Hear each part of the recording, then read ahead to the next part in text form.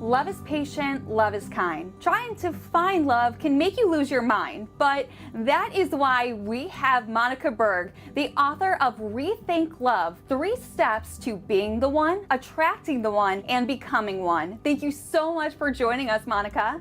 Thanks for having me. Well, we have perfect timing here because Sweetest Day is coming up.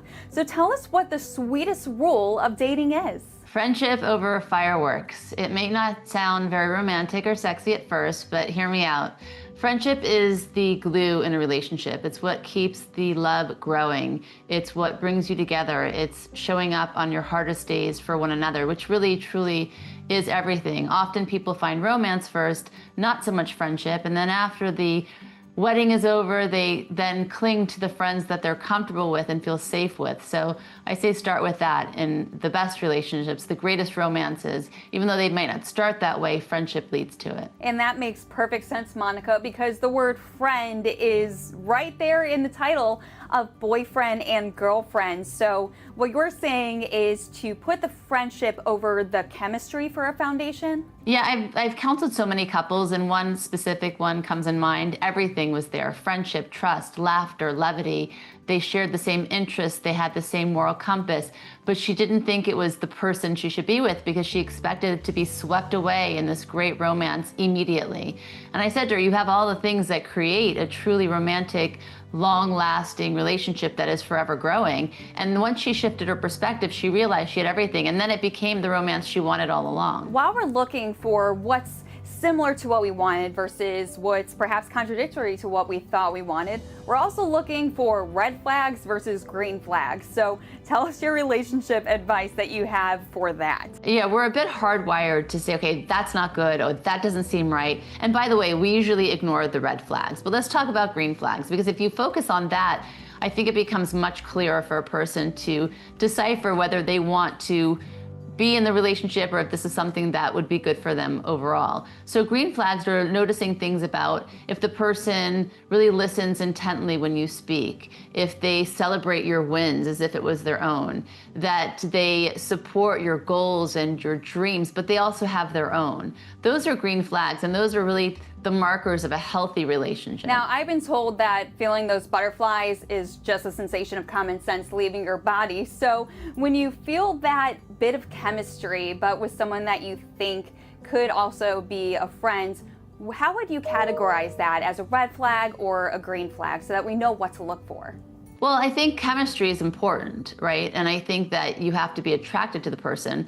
But I also know that over time, many things change if you're just focused on that 1%, right? Looks, wealth, status, those are things that come and go, right? We look different, we change, our bank account changes. So it can't be solely based on that. If you have all these other things like friendship, like a good listener, somebody who really, really is your cheerleader, supports you, loves themselves also, has healthy relationships outside of you.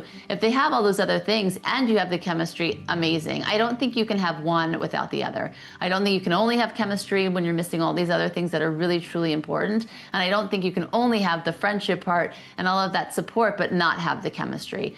But with that said, chemistry can grow more and more over time when you have all those other things that are really real, like friendship, like kindness, like empathy, like shared goals. You have given such great advice, and this is exactly what we needed in your book. But for those who have been discouraged by dating like me, I've been single as a dollar bill for longer than I want to admit. So for those of us who have felt discouraged by jumping back into the dating pool, what advice do you have for taking that chance again? Well, it's really about choosing you. I think often people say to me, oh, I want to find my soulmate, which this could be a whole nother segment because soulmate has different meanings to different people.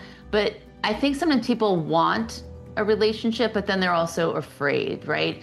What if I have to lose this other part of myself, like my freedom? Or what if I get pushed into something I don't want to do because of past experience has been like that? I think that the excitement is really who you're going to become in every experience you have, including relationships. So dating should be exciting because you're going to learn more about yourself. And again, you have to use that information. You can learn what you like or what you don't like, what you want more of or what you want less of.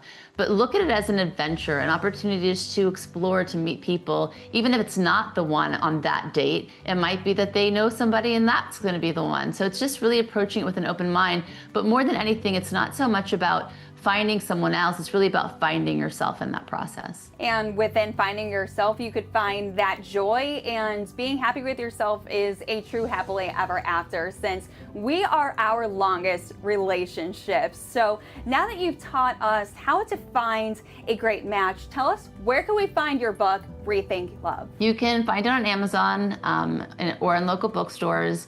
I have Rethink Love. I have another book called Fear is Not an Option. And my husband and I have a podcast that also talks about relationships. It's called Spiritually Hungry. Thank you so much for joining us, Monica, and happy Sweetest Day to you. Thank you so much.